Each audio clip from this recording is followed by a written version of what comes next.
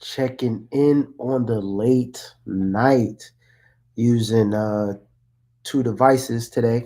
First time doing this, trying to get fancy with this stuff. Sorry, YouTube and Facebook, the quality of this camera just not hitting. So until I get a better camera, kind of stuck with the low definition. So sorry for that.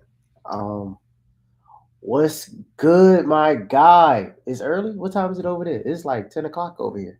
Nine. It's 9 o'clock. Nico, my guy, what's popping? Appreciate the love. Um, so we're gonna be talking today. I want to talk about just how to prepare for funding. Six. Oh yeah, you're on the West Coast, my guy. Yeah, that's right. That's right. It's super early over there. Super early. Listen, going from the East Coast to the West Coast, that jet lag, it'd be crazy. Crazy. Like everything be good and then you just crash. You feel normal, then all of a sudden your body just realizes that it's not like the right time, and then you just all of a sudden knocked out. What's going on, everybody? Just letting some folks come in. Today, we're going to talk about how to prepare to get your business funded. Some of the things that you want to do with setting up your personal profile, and some of the things you want to do when beginning your relationships with the banks that you're going to be doing business with. So if you see me looking back and forth, it's because I have my computer here in front of me, and then I have my phone on a stand. Uh, what is this to the right of me? So I'm going back and forth. So we're just going to be talking about how to put yourself in position to get max funding from your different institutions. All right. So, what's going on, YouTube fam? What's going on, Facebook fam? What's going on, IG fam? I'm Jamal, the credit protector. Not only do I help you leverage your personal credit, but us as entrepreneurs, I help entrepreneurs and investors, business owners leverage their personal credit and their business credit to get max funding for their businesses so that they can grow and scale. Right. So, today, a common question I get is, well, how do you know when you're ready to go for funding? Right? This is something that happens, is a very normal question, and I want to get into it. So, first things first, I want to let y'all know that the myth of the no PG business funding, right? It is definitely a myth because what happens is that in order to really begin to utilize the no PG business funding, your business has to be established. And usually it has to be established for about 2 years. Okay. 2 years. And you would need about five trade lines reporting on your business credit. So a lot of people, if you're new to being an entrepreneur, if you just started your business, you can't you won't qualify for that, right? So you won't be able to get that no PG funding, especially if you're less than 2 years old. And if you don't know which trade lines report to business credit, because not every business account is going to report to your business credit.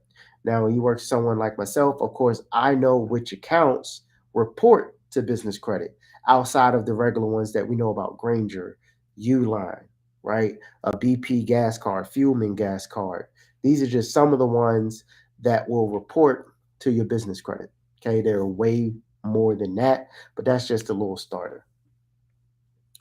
So before you get that to even think about that, let's talk about getting that personal credit together. I know everybody wants to try and avoid getting that personal credit together, but I promise you, if you really trying to get the max amount of funding from a bank, you want to have good personal credit. All right. So when we're talking about good personal credit, I actually have it. If you're watching me on Facebook and YouTube, there's this little thing right here with a QR code. I have it right here. So what you want to do to have a good personal credit profile is you want to have a 700. Absolutely want to have a 700. With that, you also want to make sure that you have at least 5 accounts on that personal credit report. On top of that, you want to have at least 2 credit cards that have a $5,000 limit or more, right? Because what happens is that when you have credit limits over $5,000, you're going to have something called comparable credit. So what these banks do is that they will look to see how other banks have been treating you, and they will basically mimic that same behavior. So if they see that other banks have been giving you $5,000, they'll probably give you 5,000. Just like if they see other banks giving you 10, 20, $30,000, they'll probably also give you 10, 20, $30,000 as well. So having those those credit cards that have at least a $5,000 limit is imperative to get even more money from the banks when we're talking about getting money to grow your business. Okay.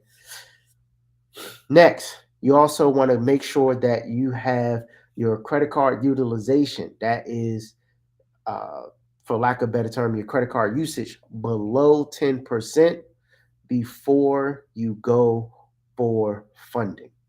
Now, I ain't gonna lie to you. I've definitely gone for funding with my utilization higher than 30%. Definitely did. And I definitely got a credit card. Like I got funded. They gave me some money, but it wasn't the maximum amount. Okay. It was only about $5,000, something like that, $5,000, $6,000. It wasn't no 10, 20, 30, $40,000 credit card or line of credit because my utilization was too high. My utilization was over 30% at the time. Now, if my utilization was below 30%, if I was at like 10%, 8%, 9%, then they would have been more comfortable giving me a 10 to 20, $30,000 credit card. Okay, so having the amount of utilization that is showing on your credit report at the time you apply is very important. That will definitely indirectly impact how much money that bank will give you at the time that you are approved. Okay, so we got your personal credit out the way. You know you need a 700. You know you need at least 5 accounts. 2 of those accounts need to have a value of more than $5,000, and we know that the utilization needs to be under 10%. So the next thing is when we're talking about funding, you want to at least set up your company. Okay, so you want to get your EIN, you want to get your LLC, you want to get a business bank account. Those are the 3 things you want. And when you get your LLC, just keep in mind you want to set up your LLC properly. You don't want to use your home address. You don't want to use your home phone number. You don't want to use your personal phone number. Also, make sure you get a registered agent because all of these items make your company look more legitimate. That's the first thing. Second thing, having a separate address, having a separate phone number, having a registered agent helps your business look compliant, and it helps protect your identity, right? It helps protect your identity. People will, because if you only use your personal information, people will be able to type in the name of your company straight into Google, and then bam, your picture pop up, your mama pop up, where you were born popped up, a picture of your house pop up, your cell phone number pop up, and bam, now you got some crazy person standing at your door. Happens all the time, right? So you don't want to do that. You definitely don't want to have those problems. So make sure you use a separate address. You can buy a virtual address. Just make sure it's not a PO box. You can get a secondary phone number. whether it's through a carrier or you do a virtual phone number. Don't do Google Voice though. You can always buy like a voice over IP number, something like that, and make sure you get a registered agent. All right, because when there's time, if there ever comes a point where someone wants to serve you documents, they're not going to be sending them directly to your personal house. They're going to be sending it to some random mofo in another place where you don't live at. All of this is for two things: compliance and to protect your identity. You don't want people to just type in your business and find you as the individual. That is never good because people are crazy out here, right? So we talked about how to make sure your personal credit is straight, and then how to set up your businesses, right? How to set up that LLC. You want to make sure you have an EIN that's 100% free. You never have to pay for an EIN from anywhere, so don't get scammed.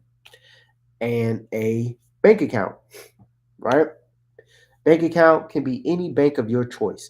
If there's a bank you are currently doing business with right now on the personal side, you can walk in or you can go to their website and see if they offer business bank accounts. I always like to start with the banks that I'm already doing business with on the personal side to see if they offer business bank accounts. There's no real good or bad bank when we're talking about business bank accounts. It really will end up being a kind of like a personal preference once you understand and get a feel for that bank's like nuances. Okay. So just some of my favorite bank accounts, business bank account is Bank of America. I really like Chase. I have a Chase bank business bank account. Citizens Bank has really good bank accounts, business bank accounts as well, and they're generous, right? Make sure whoever you're doing your banking with fits your needs. They fit your needs and they fit your industry. Okay.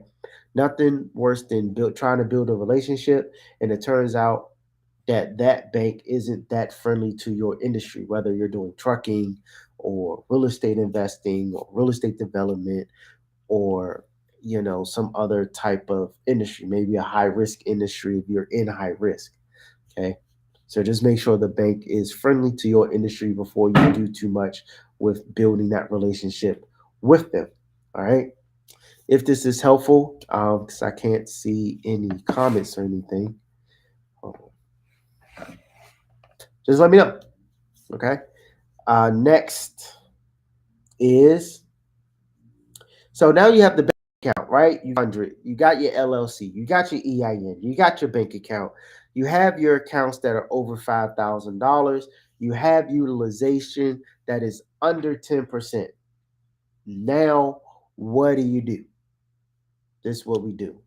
We start building that relationship with the bank that we want to get money from. Now, how do you do that? How do you start to build a relationship with the bank that you want to get more money from? Well, the more someone sees you, the more comfortable they will become with you. Okay? If you start going into that bank on a weekly basis, maybe multiple times a week, or let's say you go there every Wednesday for lunch, every Wednesday around the same time, they're going to start noticing that and they're going to start expecting you to the point where say, "Hey, Mr. Johnson, you ain't come in this week, man. Where you been at?" You're like, well, I've been traveling, been doing this, been doing that, making deals, running plays, whoop the whoop. Blah, blah. Oh, okay, cool. You start chopping it up with them, right? The other thing is when you're opening up the bank account, you want to do a very nice deposit. Okay. Now, everybody money is different, but if you can do it, you want to you want to open up the account and maintain a balance of at least $10,000 in that account. If you can't maintain a steady daily balance of $10,000, you can you'll at least be able to show revenue of $10,000 a month through that bank account. So if you wanted to show $10,000 of revenue through a bank account, it's pretty simple, right? That can be just running $2,000 through that bank account 5 times in a month. That will give you that $10,000. Now, how can you do that? This is just a little bit of extra sauce, but you can run ACH payments from one business to another that counts as revenue. So if you have multiple businesses, you can take $2,000 from business A, ACH it to business B, and then from business B, ACH it back to business A. You can do that 5 times in a month. That will show that your business has revenue of $10,000 because it's money coming in and money coming out. You want to be doing this for like 3 months. Okay. Also, you never want your business bank account to overdraft for this 3 months, the 3 months prior to going for bank funding. You don't want this account to overdraft. You don't. You don't want to do that. And even when you're doing your revenue through the account, that 2,000 to get to 10,000, I would say keep your daily balance at a minimum of like a couple of $100, maybe even $1,000. So you have $3,000. Let's say you have 3,000, right? You're going to leave 1,000 in the account and then just revolve the same 2,000, right? That way you're not overdrafting and you're showing $10,000 in revenue and $10,000 through that bank account. Why is this important? Because most banks are going to lend to you based on a percentage of your cash flow, right? So if you're doing $10,000 a month, that's about $120,000 a year. They're going to give you about 30% of that dollar amount, right? So like 30 to 40,000 is how much they would typically give you just off the strength of having revenue and having solid credit score. Next, another reason why is great and you need to have a solid credit score is because when your business is brand new, right? If your business is brand new, your business doesn't have a lot of cash flow. The only other thing the bank has to rely on is your personal reputation. And your personal reputation with the other financial industries or institutions is your credit score, right? So since you have a brand new business, it's possible to start a business today and go to a bank like American Express and apply for a business credit card and get $30,000 from American Express. 100% possible as long as you have a good, solid personal credit score that we already covered, right? So, those are some of the ways you want to get started and prepare to get yourself and your business funded so that you can actually grow your business and leverage your personal credit and leverage your business credit to get access to that funding so that you can grow and that you can scale. That can be used for anything. It can be for studio equipment, payroll, mentors, right? Products, supplies, rent, getting a space, whatever you need. Okay. If you have more questions or you need to talk more one on one about what it is that's going on in your particular situation, definitely just hit me up. You can leave a comment under this video if you're watching it on YouTube or Facebook, or you can just send me a DM if you're watching this on Instagram. All right. So that is it. That's what I got for y'all tonight. I appreciate everybody that tapped in. This is Jamal, the Credit Protector. I'll holler at y'all. Peace. I'm gonna turn this off. Okay. In the video. In the stream.